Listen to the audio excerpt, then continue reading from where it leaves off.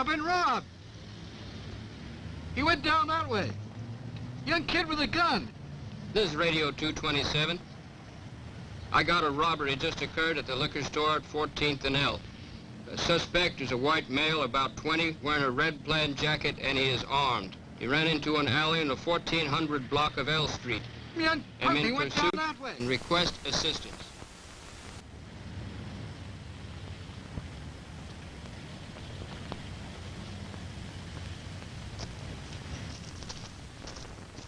Take cover. A basic rule for survival against hostile fire. This officer advances warily, selecting possible cover as he moves. Now he is in position to return fire or pin down the suspect until help arrives, with minimum exposure to himself. Defensive firearms training, shooting for survival, normally follows basic instruction in single and double action revolver shooting. It stresses proper use of cover and the firing positions from behind it. One-on-one is a good method of defensive firearms instruction. The coach or instructor can correct stance or grip before the pupil continues.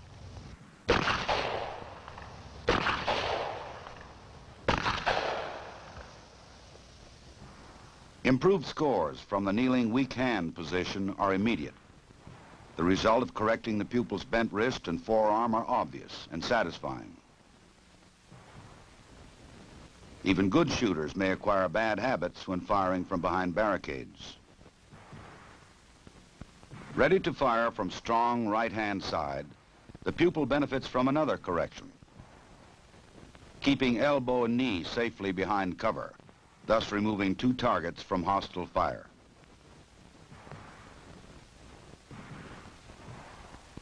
He fires a good pattern with a minimum of bodily exposure. Each firing range may set up its own course, but defensive firearms training objectives remain. Teaching the application of basic shooting techniques to confrontation situations. Failure to provide a firm base when shooting from cover makes for inaccurate shooting. Legs spread too wide provide a tempting target for an assailant. Now the shooter can fire safely from a steady rest, putting all his shots in the kill zone and using the barricade for maximum cover. This is shooting for survival.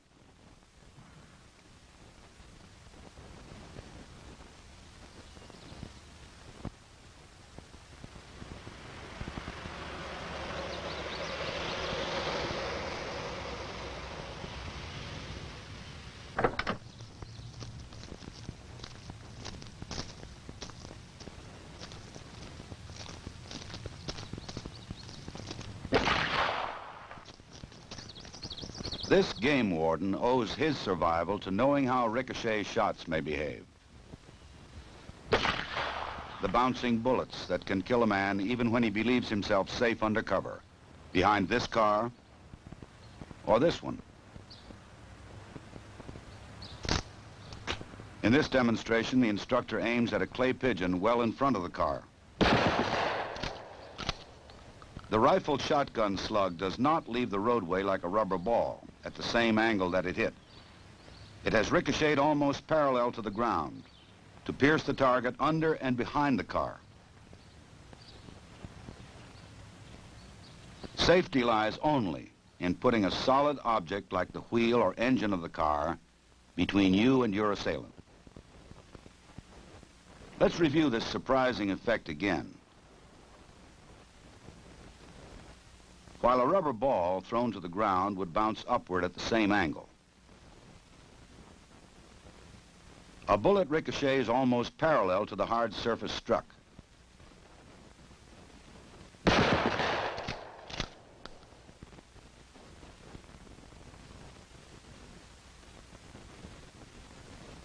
With targets at ground level, the instructor aims at the silver tape, a good deal closer than the balloons. Think of one of these balloons as your head, and you may change your evaluation of safe cover from ricochets.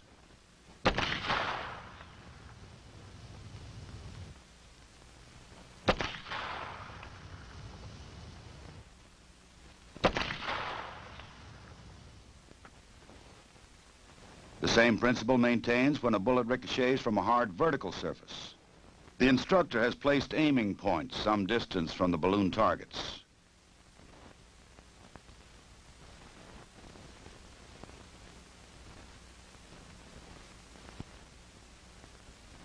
Think of yourself taking cover around the corner, exposing yourself only minimally and momentarily.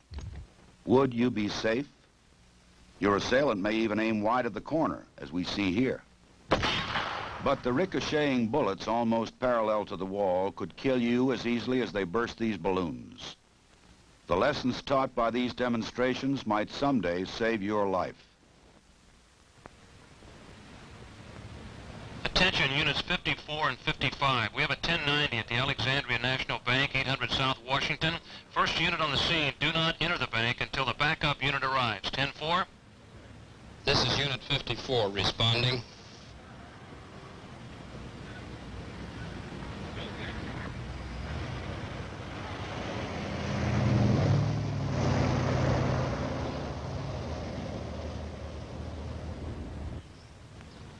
Many police departments now authorize shotguns to be carried in patrol cars.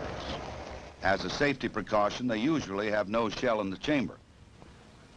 Officers not yet fully trained in shotgun handling may forget to release the action so that they may charge the weapon. Sometimes this fumbling causes only a momentary delay, but in an unexpected confrontation, these seconds could be vital.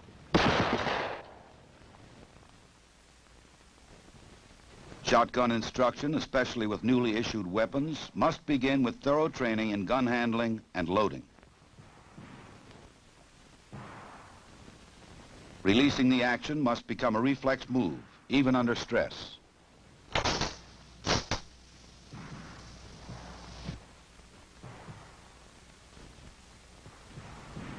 Firing ranges and courses for shotgun training may vary. All, however, would qualify the shooter in two basic positions. Offhand aimed fire is best suited to longer ranges.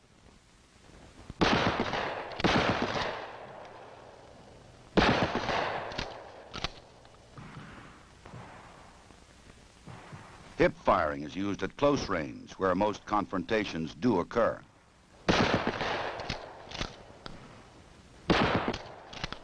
The shooter must know the shot pattern of his weapon to be aware of the safety limits of various shotgun loads.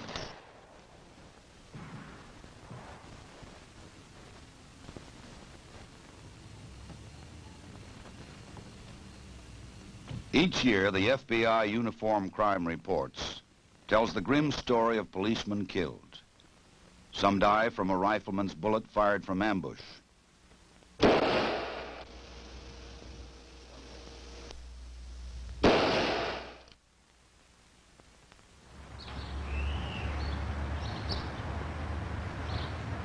Some die at a closer range, often while performing routine duties.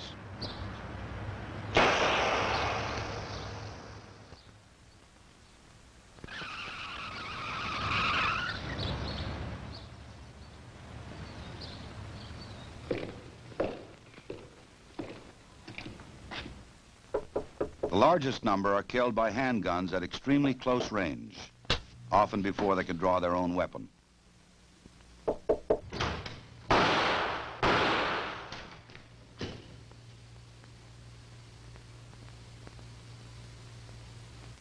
Close combat pistol courses meet this challenge by training shooters to fire at targets as close as 3 feet. They will, however, include firing positions used for fast, accurate shooting at slightly longer ranges, from 7 to 15 yards. The point shoulder position fired from a crouch uses the arm as a pointer, with the front sight as the tip. It should form a straight line from shoulder to front sight without bending elbow or wrist, which would deflect the shot.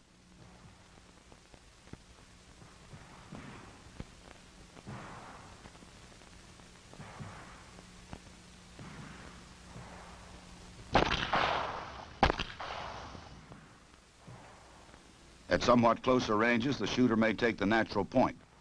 This does not use the front sight, but points the weapon like a finger.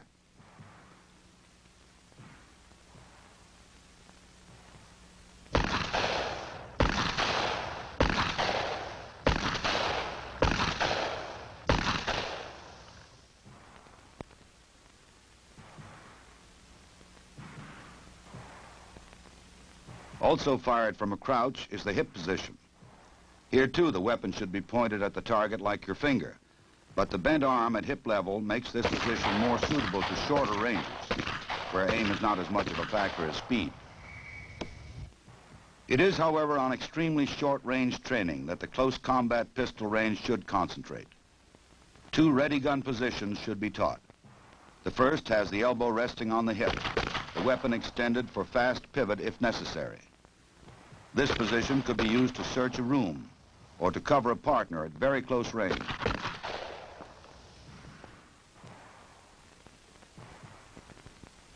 Another ready gun position is fired from the hip. This protects the shooter from the danger of being disarmed at close quarters. After close combat training, you should fire groups like this. Without it, the records show many instances of clean misses in close combat situations, and all too often you get no second chance. To provide a practical and competitive exercise in close combat, the FBI firing ranges in Quantico, Virginia, have constructed a prototype dueling course. Okay, gentlemen, on the line, start walk.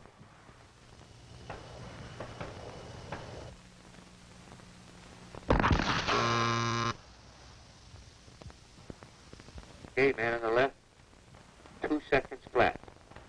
On the line, start walk.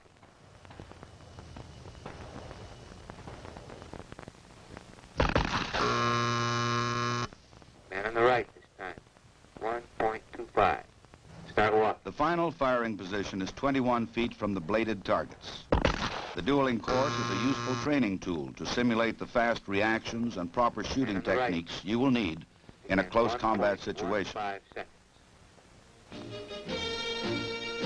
Effective use of cover may someday save your life on the street. Defensive firearms training can make such reaction automatic. Cover may not always protect you against ricochets, which have their own rules of behavior. Demonstrations like this convince you of the rules and how best to guard yourself against bouncing bullets.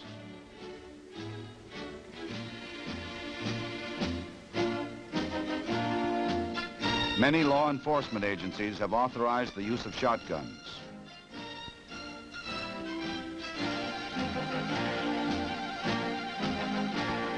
Defensive firearms training should start with thorough shotgun familiarization and range shooting.